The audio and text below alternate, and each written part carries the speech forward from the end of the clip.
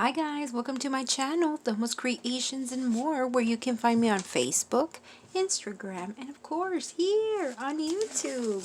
Today I am so excited to share with you my first avocado dyed paper. And let me see. There we go. I don't know if it's coming across, but it is a beautiful pink. I have many more sheets, but I have them drying, air drying, because I wasn't physically able to do them anymore. Yeah, my back wasn't cooperating with me today. And so, let me show you how I did these, okay? So, what I did was took several clips of how I did them, okay? So I am going to show you the first clip. My first idea was to come on here, was to edit the video, but that's not happening. So so I thought this would be the way. So are you ready?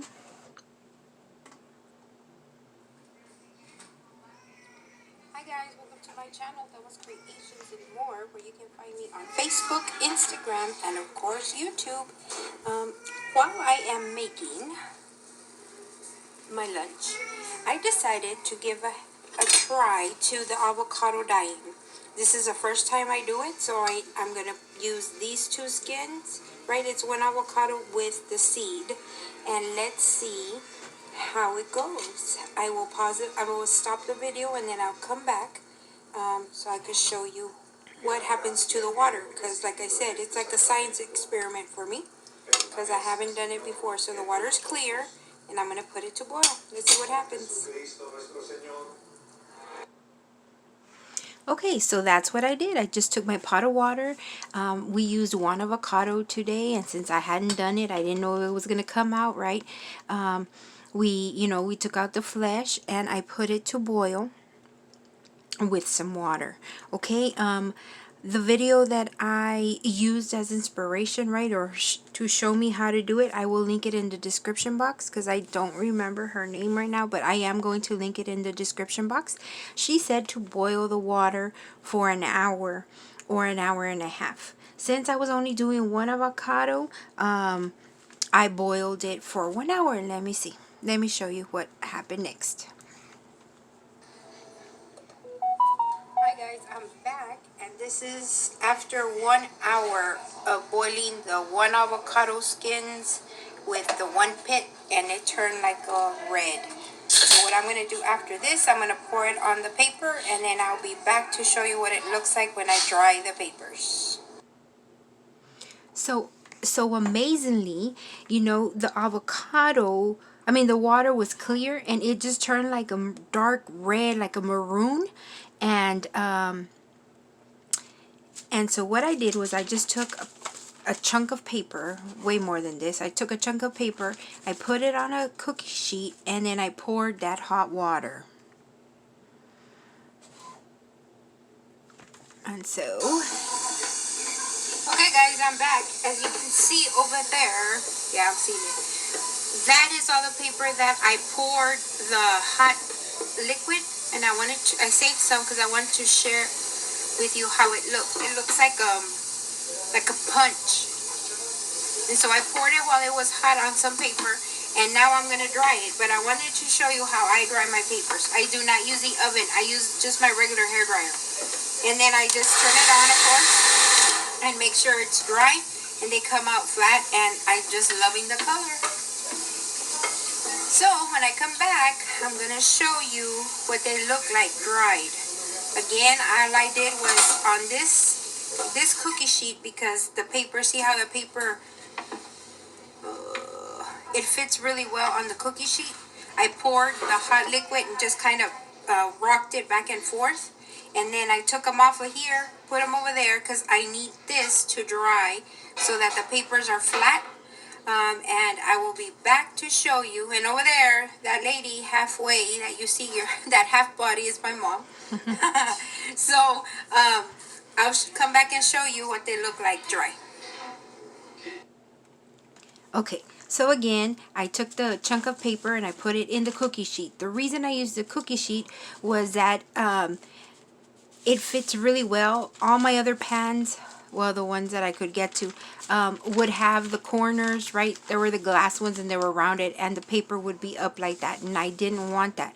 I wanted the papers to fit well, be flat, right? Like this, like on a flat surface, and then I poured that hot punch looking water on there, and then I put them in that once I rocked it back and forth. And the reason I rocked it back and forth was because this paper is copy paper, but it's 22-pound copy paper, and it's a little thicker than regular copy paper. So what I've noticed that with this paper, how it absorbs liquid, it draws them in from the sides. So that's why I was rocking it back and forth, so it could like drink it up this way and drink it up that way, and then I would rock it, to the side so that it would bring it in. That's why, well, not so much on these. There's some other ones that are drying. You will actually see the streaking of when it was coming in. That's why I don't paint them individually, because I like to get different variations of the dyeing. And I don't know if it's coming through, but you can see the streaking there. You can see where there's air bubbles, but it's a lovely pink. So let me share with you one more video. Hi guys, I'm back because I want to show you how I do it. I took a rack, right, just so that the air can go through, and it's my regular hair dryer.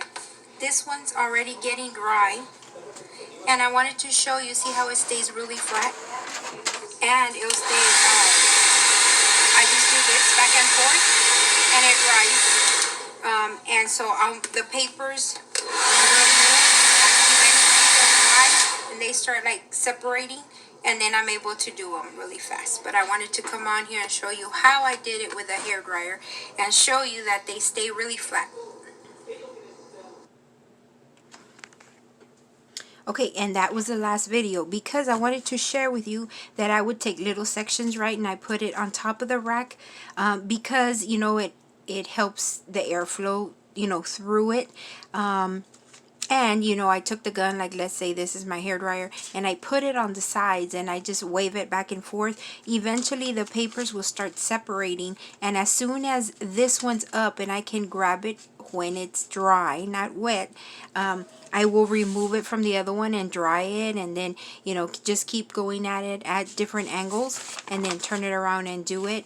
You get the paper, and this one was dried with a hair dryer. See how flat they are? They stay flat, but can you hear that? It's still a little crunchy.